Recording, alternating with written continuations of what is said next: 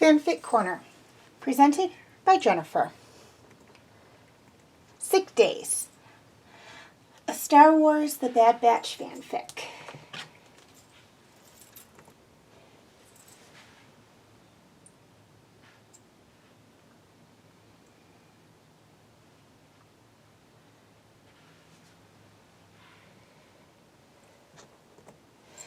Clone Force 99, or the Bad Batch as they called themselves, had been in countless battles during the war, escaped from Kamino twice, and had been on several dangerous jobs for Sid. They thought there was nothing the galaxy could throw at them that they couldn't handle. They were wrong.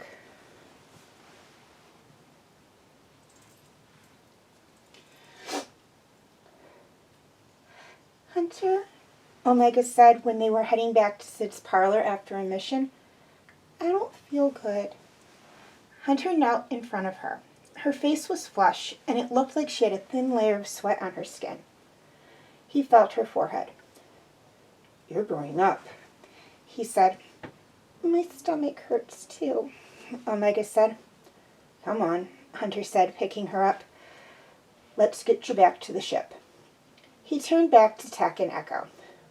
Go back to Sid's and get our share of the payment, he said.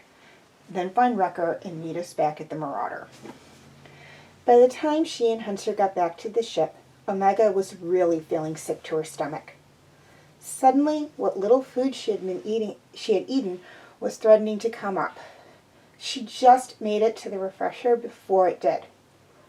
She had just finished throwing up when the others got back. There you are, kid, Wrecker said. I brought you something. Best part of the mission. The sight of the Mantel mix was enough to turn Omega's stomach. Rushing back to the refresher, she threw up again. What's wrong with her? Wrecker asked. She's sick, Wrecker, Echo said.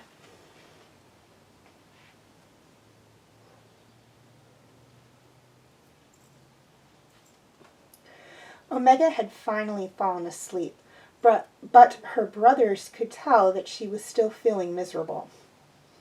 Adding to the problem was that none of them knew what to do. None of them had ever really been sick before, and they had no idea if Omega had. She had spent the first 11 years of her life on Kamino, like they had spent the first 2 years of theirs, which was an extremely sterile environment. Adding to that, as a pure genetic replication, Omega didn't have the heightened immune system the other clones did. In fact, they were a little surprised she hadn't gotten sick sooner. It is a logical assumption that Omega's illness stems from our last escape from Kamino, Tech said. It was a logical assumption. The Empire had sunk all the cities on Kamino, and the Squad and Crosshair had been trapped in one. Omega, Crosshair, and AZ-3 had become trapped in a flooded room before the rest of the Squad got them out. Then, when they used lab capsules to escape the sunken city and get to the surface, Omega had left hers while still underwater to rescue a deactivated AZ-3. It was entirely possible that she had swallowed some of the water, which most likely contained bacteria and parasites. It was also possible that Crosshair had also gotten sick, but the odds were extremely slim.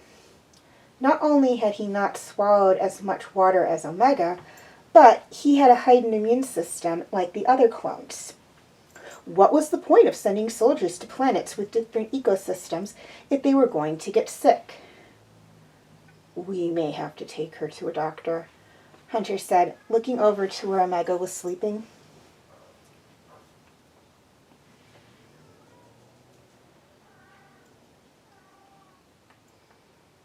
Conducting a mission with a sick child on board was difficult, but Hunter wasn't about to leave Omega on Ord Mantell. Sid may say that she'd look after Omega, but she was all about making money. As sick as Omega was, Sid would have to close her parlor to look after her, something Hunter was sure she wouldn't do. On top of that, he didn't exactly trust the Trandoshan's maternal instincts. Besides, Omega was being clingy. Not surprising since she wasn't feeling well. Hunter looked out the window of the gunner's mount. He needed to be ready in case the others came back with company. But it wouldn't be easy to use the guns with Omega curled up in his lap. This wasn't a mission for Sid. They had been contacted by Rex to help break Captain Hauser and his men out of an Imperial prison. With Omega being sick, Hunter would have passed on the mission, but Hauser had helped them escape from Ryloth. Omega began to shift against him. She had been clinging to him enough for Hunter to recognize when she was waking up. "Hey," Hunter said when Omega was fully awake. "How are you feeling?" "Terrible," Omega answered. Hunter hated seeing her like this. Hated that she was sick and there was nothing he could do but give her medicine and make her comfortable. Omega snuggled closer and Hunter held her tight in an attempt to make her feel safe. Did all parents feel this way when their kids were sick? Hunter wasn't sure. The closest thing he had to a parent was Shakti, the Jedi Master who oversaw the clones' training. She had regarded all the clones as special, but she had treated Clone Force 99 a little different. She seemed to value that they were different. While others had disapproved of their genetic differences, she hadn't. She had worked with them to enhance their special traits further than the Kaminoans. The others entered the ship, pulling Hunter from his thoughts. Omega groaned slightly and shifted closer to him. She needed to rest so the medicine could do its job. And that was hard on a ship. As the Marauder took off, they were contacted by Rex. "Hauser and the others are on my ship," the clone captain said. "Thanks for the help." It was then that he noticed Omega. "What's wrong with the kid?" "She's sick," Hunter said. "The doctor gave us some medicine to give her, but what she really needs is rest, and it's hard for her to get that on a ship." "I might be able to help," Rex said after a moment. "I have some friends that might be willing to let you stay with them until Omega feels better."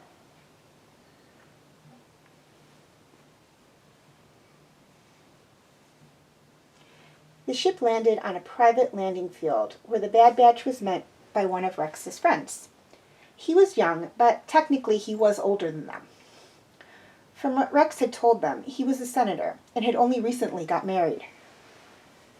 "Rex sent word that you were coming," he said as the Bad Batch disembarked from their ship. "My wife would have been here to greet you, but she's seen to your rooms." "Thank you for letting us stay here until Omega feels better," Hunter said. "Rex is your brother. That makes you our friends." The young senator smiled at Omega, who had fallen asleep on the trip and was now resting in Hunter's arms with her head against his shoulder. "Let's get the youngling inside so she can sleep," he said. The Bad Batch followed him inside the estate, trying to figure out how he knew Jedi terms. The answer became clear when they entered the estate and were met by a young Taruga female. "May I present my wife," the senator said, "Ahsoka Tano." Hunter, Wrecker, and Tech had heard about Ahsoka Tano. She had been on the Citadel rescue with Echo, and he talked about her. Rex also talked about her, having served with her since nearly the start of the war to the end. "This must be the youngling," Ahsoka said, her blue eyes falling on Omega. "I'll show you to the room I made up for her." The estate was big, easily able to house 4 or 5 units, maybe 6. None of the unit had ever been in a place this nice. The estate was bright and open, and the rooms they had been given were each bigger than the one they shared on Camino. The rooms that Hunter, Tech, Echo, and Wrecker were given were blue with wooden panels, while the one Omega had was pink and white. In fact, it looked fit for a princess. Hunter set Omega down on the full-size bed. She looked so small sleeping there. A pink throw blanket was on one of the chairs, and Hunter draped it over her. "I sent for a doctor," Ahsoka said, coming into the room. "I know she's seen one already, but it won't hurt to get a second opinion." "It's fine," Hunter said, not taking his eyes off Omega. "Your doctor is probably better than the one Omega saw in Ord Mantell." She looked pale, almost as white as Echo. That wasn't good. She should be getting better, not worse. "My lady," said a servant entering the room, "the physician is here." "Show him in, please," Ahsoka said.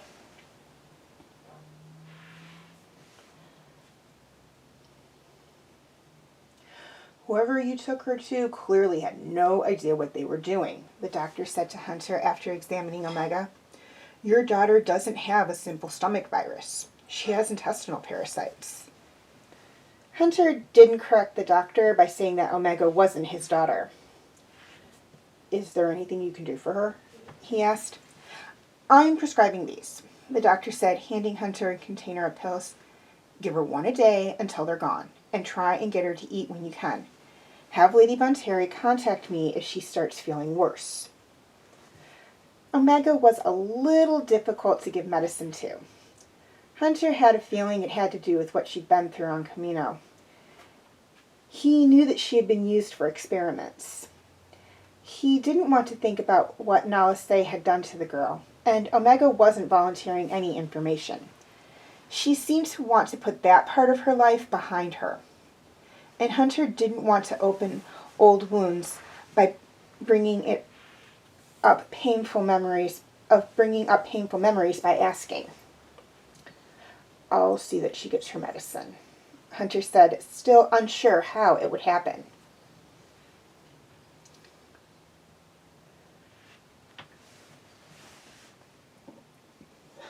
"Come on, kid. Time to take your medicine," Wrecker said. "Mm-mm," Omega said, trying to avoid opening her mouth. "Omega, you will not get better if you do not take your medicine," Tex said, trying to apply logic to the situation. But Omega refused. Logic didn't always work when Omega was being stubborn. "Let me handle this," Hunter said. He always had better luck getting Omega to take her medicine. As the others left the room, Hunter sat down on Omega's bed. "Tech's right," he said. "You have to take your medicine if you want to feel better." "But it tastes awful," Omega said, knowing Hunter wouldn't force her to take it. "I know, but the worse the medicine tastes, the better it is for you." Omega knew better than to argue with Hunter. She also knew that Hunter only wanted her to feel better. Reluctantly, she took the medicine and made a face as soon as she swallowed. At least it tasted better than the stuff Nala Se used to give her. "Think you might be able to keep some soup down?" Hunter asked. Omega nodded. She had been eating nothing but soup, toast, and plain oatmeal since coming to Onderon, but at least it was better than the broth, and she was able to keep it down. "I'll ask the cook for some." Hunter got up and headed for the door. "Hunter?" Omega said. He turned and looked at her. Thank you for taking care of me, Omega said, hugging Lula and her trooper close. That's what big brothers do, he said. Technically, I'm 8 years older than you, Omega said. One of the plus sides of being at the Bonteri estate was the food. They had lived on military rations and bar food for so long that the thought of a hot, home-cooked meal was alien to them. But it hadn't taken them long to get used to it. There was always something good being made in the kitchen. Hunter, the cook said as Hunter entered the kitchen. What can I get for you?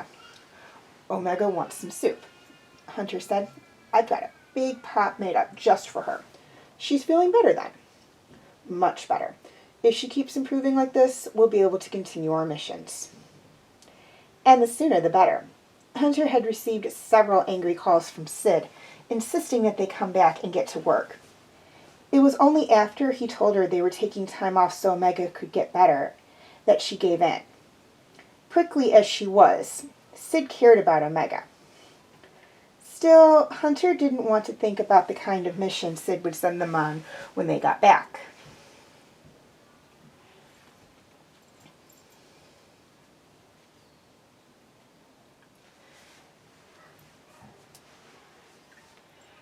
The squad returned from training with the guard, having left Omega in Ahsoka's care.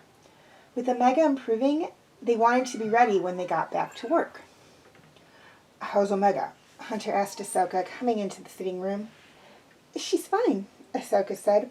She's taking a bath right now. I let her borrow some of my bubble bath. To Hunter's knowledge, Omega had never had a bath, let alone a bubble bath, before. Showers, yes, but never a bath. She was probably having the time of her life.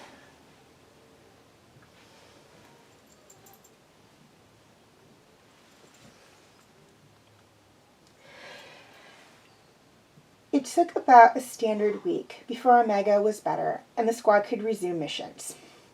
They said their goodbyes to Ahsoka and Lux. You can always come back if you want to, Ahsoka said, hugging them all goodbye. She's right, Lux said, taking Hunter's hand in a firm grip. We can find a place for all of you here. It's tempting, Hunter said. Maybe, as soon as we pay off our debt to Sid. Just as Hunter predicted, Sid had a lot of missions for them as soon as they got back. Enough to keep them busy for nearly a standard week. They had just finished the last one when Omega came into the cockpit. Hunter, can I ask you something? She said. What is it? Hunter asked, turning to see her scratching at her arm and red bumps on her face. Are pimples supposed to be itchy? Omega asked, drawing the other's attention. Interesting turn of events, Tex said. Wrecker just laughed. Oh, not again, Echo said. Hunter had to agree. They had just gotten Omega through her bout with intestinal parasites, and now they had a new problem. Chicken pox. Okay, now for those of you who have a fanfic or a short story that you would like me to do a reading on for Fanfic Corner or Story Corner, you can feel free to send it to my Tumblr account, Facebook page, or Facebook group. I will have the link for all three in the description section. A couple of things to keep in mind before you do. First off, please be sure to include your name or the name of the author. I don't care if it's a username or an actual name. I just need to be able to credit someone when I do the reading.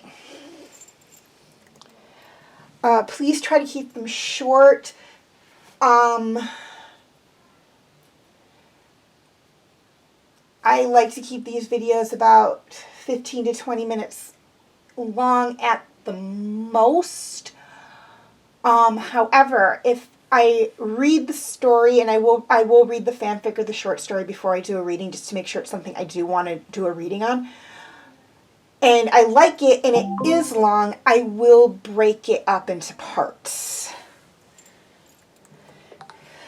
Please try to keep them clean and appropriate. I will gloss over any parts and or words that I feel are inappropriate for children and or sensitive audiences, but if there's too much, I just won't do a reading.